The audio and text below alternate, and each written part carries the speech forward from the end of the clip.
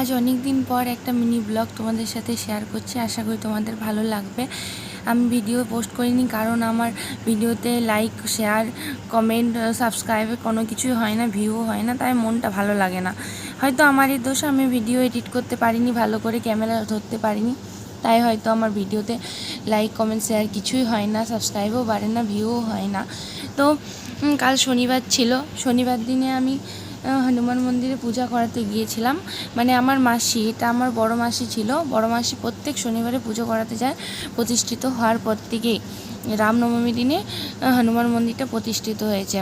তো মাসিকে বলেছিলাম আমিও যাব, আমার মনটা কদিন ধরে প্রচুর অস্থির লাগছে, মানে আমার কিছু ভালো লাগছে না, আমি একটুতে রেগে যাচ্ছি, আমার মানে মাথা কাজ করছে না, এইরকম টাইপসার হয়ে গেছিলাম। তাই জন্য আমি বলি একটু যদি পুজো দিয়ে পর আমার মানে পুজো দিতে মন যাচ্ছিলো, মানে যদি ঠাকুরে একটু পুজো করে আমার মনটা একটু শান্তি পায়। সত্যি বলছি, আমার ঠাকুরের পুজো দিয়ে পর আমার মনটা অনেক শান্ত হয়ে গেছিলো। আর প্রথম কথা হচ্ছে, মন্দিরে যতক্ষণ ছিলাম মনটা আমার ভীষণ ঠান্ডা হয়ে গেছিলো, মন্দির থেকে আমার আসতেই মন যাচ্ছিল না।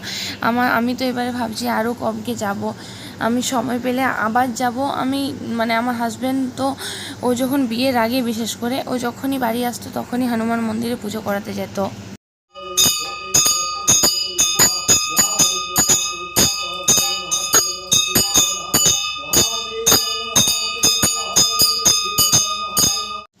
আরতির পর শান্তি জল দিল ঠাকুরমশাই, প্রসাদ সব কিছু দিয়ে দিল। তারপর আমরা বাড়ি চলে এলাম। যেহেতু আমি সকাল থেকে কিছুই খাইনি, তাই একটু জল মানে ফুল জল খেয়ে খাবার খাবো।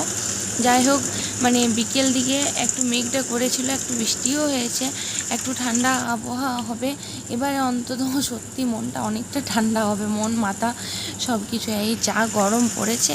ভিডিওটা ভালো লাগে লাইক